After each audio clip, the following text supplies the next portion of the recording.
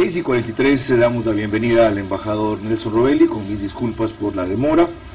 Tuvimos un problema en enlace de internet al principio que nos retrasó la primera conversación. Señor embajador, bienvenido. ¿Qué horas son en Roma ahorita? Primero, cuéntenos eso y cómo está el clima, ya que hemos reportado el clima en el Ecuador muy brevemente. Carlos, buenos días. Qué gusto nuevamente verte. El clima en Roma está casi como un verano. Mejoró desde la semana anterior y la hora es, o son las 13 horas con 43 minutos. Bueno, lamento retrasar el almuerzo, señor embajador. Buen provecho. Por favor, el honor de verlo, mi querido Carlos. Igual le digo, vamos a la parte importante. Me alegro que no lo hayan traído de vuelta. Usted es uno de los nombramientos políticos. Querían traer de vuelta los nombramientos políticos, cuando en estos 2 meses pueden hacer muchas cosas. Una de esas, que ha generado nuestra preocupación desde hace 2 semanas, es una denuncia reiterada, originada sobre todo en Génova, donde en las estadísticas han registrado entre 1.100 y 1.300 ecuatorianas que todavía tienen problemas con sus parejas por la custodia de sus hijos, en donde, según las leyes italianas, allá son los hombres quienes deciden si se quedan con el hombre, con la mujer, los menores de edad, por supuesto, o si los siguen cuidando en pareja, aunque no vivan juntos. En el gobierno anterior hubo un esfuerzo a través de la Cancillería, cuando estaba Ricardo Patiño, que sí hizo eso, pero que quedó trunco. Y ahora el reclamo de muchas ecuatorianas, una de ellas resolvió su problema, pero dijo que eso no le bastaba, era que se sienten abandonadas. ¿Qué pueden hacer ustedes? A ver, en primer lugar, Carlos, el título de la entrevista no corresponde a la realidad. Italia arrebata a sus hijos a madres ecuatorianas. ¿Qué sucede? Italia, como un país de un socialismo racional, de un socialismo casi científico en lo social, tiene un respeto por todos los seres humanos y por los niños los protege. Ergo, los padres tienen que retirar a sus niños de los colegios o de las escuelas.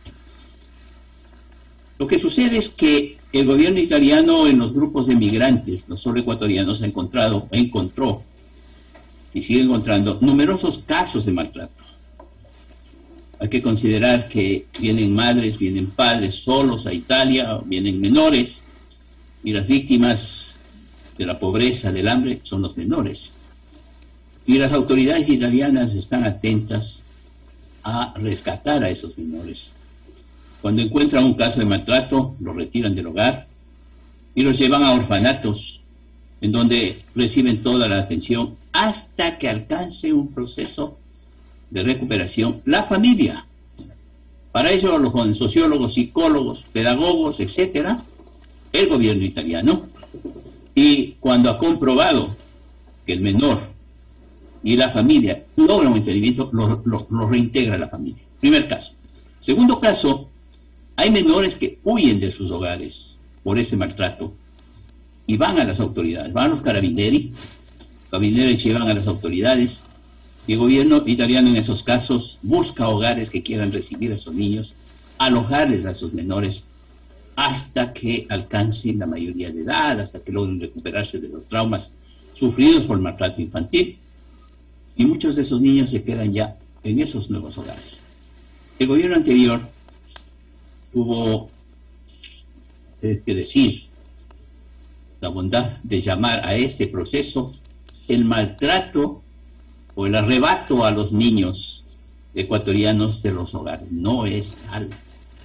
Para este programa, el gobierno anterior había creado un presupuesto para que los consulados subvencionen los gastos de abogados, los gastos de psicólogos, los gastos, sí que sea necesario, porque la estructura judicial del gobierno italiano, en lo que corresponde a atenciones judiciales, brinda como libre patrocinio a los abogados, como colaboración los psicólogos, los sociólogos, pero seguramente por granjear simpatía, por lograr mejores respuestas de los migrantes, comenzó a subvencionar a abogados, psicólogos, psiquiatras, pagados por el gobierno italiano a través de los consulados. Señor embajador, permítame interrumpirle allí. El problema es que según las denunciantes, en muchos casos esas denuncias de maltrato son falsas y las utilizan sus parejas, sobre todo cuando son italianos varones, para separar al hijo de la madre. Y lo otro, esto, si bien tiene un sesgo de protección, también se ha convertido en un negocio. Hay muchos orfanatorios en donde el Estado les asigna un presupuesto mínimo de 2.000 euros para hacerse cargo de estos chicos y tampoco están con la mejor atención del caso. ¿De qué manera la embajada puede discriminar? ¿En cuáles circunstancias hubo de verdad maltrato y abandono? Y en cuanto esta es una ficción creada por su pareja para vengarse de la mujer ecuatoriana. Lo segundo. Aquí las dificultades de los hogares por ruptura, por separación, son iguales que en todo el mundo. Ofensas, agravios, maltratos, etc. Y la justicia se pronuncia por la protección del menor, por el cuidado del menor, hasta que la familia, la madre o el padre, encuentre una situación de tranquilidad emocional. No hay tal que la separación de los menores puede provocar en algún momento del juicio una disputa, porque ¿con quién se quedan los menores? Pero es secundario al tema mismo del trabajo que hace Italia como para creer que Italia roba a los niños, toma a los niños, que los saca de los hogares, porque quiere vender niños a los hogares. Bien, con eso lleguemos hasta ahí conmigo. Yolanda Torres le ha puesto mucha atención a lo que usted nos está revelando y continúa la conversación desde Quito. Le recuerdo que estamos con Nelson Robelli, embajador del Ecuador en Italia, y acá son las 6:50, allá a las 13:50 de la tarde. Yolanda. Señor embajador, mucho gusto, desde Quito le saludo. Hay que diferenciar, o hay una diferencia entre los menores a riesgo de ser alejados de sus familias por los servicios sociales italianos y aquellos menores que reciben apoyo educativo, ayuda social o asistencia en caso de menores con capacidades especiales. Caen todos en el mismo registro y por eso tenemos el número abultado de casos. El número abultado de casos se da por eso, pero están diferenciados. Okay. Los reciben atención cuando tienen problemas de discapacidad o son población con problemas de desarrollo emocional, y los otros son retirados por maltrato infantil. Son diferencias sustanciales, radicales. También hay diferencia, perdón, que me olvidé de saludar. Sí. No se preocupe, un gusto. También hay alguna diferencia entre los padres que tienen la situación migratoria regular a aquellos que no lo tienen. Mire, la atención a los menores se da en todos los casos. Hay una situación muy especial con ese tema. Si bien el 50% de los ecuatorianos son ciudadanos italianos, el otro 50% no han logrado ser reconocidos como tales por el Estado italiano, porque no han cumplido con los requisitos nada más. Porque el ecuatoriano aquí tiene un prestigio enorme en cuanto a honestidad, en cuanto a trabajo, de tal forma que no creo que exista lo que... El trato es exactamente igual en los dos casos, sea nacional o sea migrante. Acá no le persiguen al migrante, al ciudadano que está en forma irregular acá.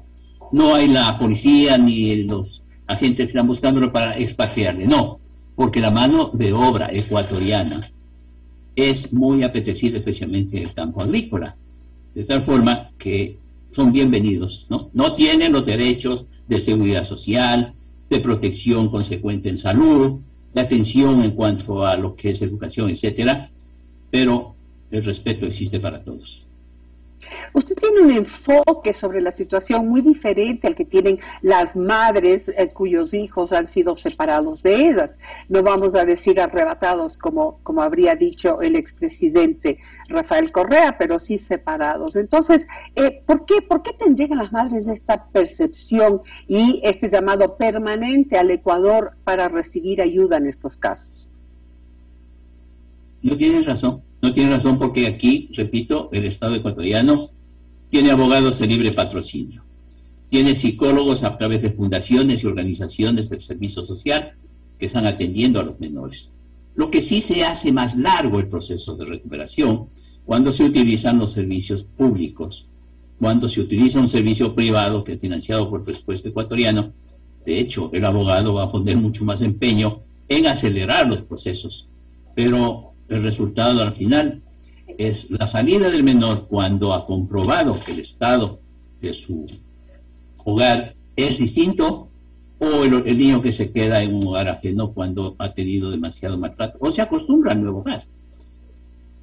Eso también ocurre, embajador. Me imagino yo que por las características del problema, este es un tema continuo y permanente. No, porque las estadísticas indican que ha bajado notablemente el maltrato a menores. En los datos estadísticos vemos que casi no existe ya en el último, en el trimestre que está recurriendo, no hay una sola denuncia. Ya no hay esos casos. Puede ser que al haberse eliminado el apoyo del gobierno ecuatoriano para los casos de contratación de profesionales, también les pongan apuros a los padres y tengan más cuidado. El tema económico golpea mucho, pero no hay un solo caso en los 90 días que han recurrido de una sola persona, un solo niño que haya sido retirado de los hogares. ¿Los padres de familia pueden visitar a los niños cuando están en manos del Servicio Social Italiano? Sí, cumpliendo los requisitos ante el juzgado correspondiente, permitiendo que le concedan una autorización para el orfanato y que la situación del niño esté plenamente normal para poder enfrentarse con los padres. Porque son temas muy difíciles. Un niño que está atemorizado por el maltrato de los padres necesita un proceso de recuperación psicológico, psiquiátrico inclusive, para llegar a entender la situación social o para esperar que sus padres cambien de comportamiento. Pero no hay limitaciones a que vaya a visitar. Hay entendimiento.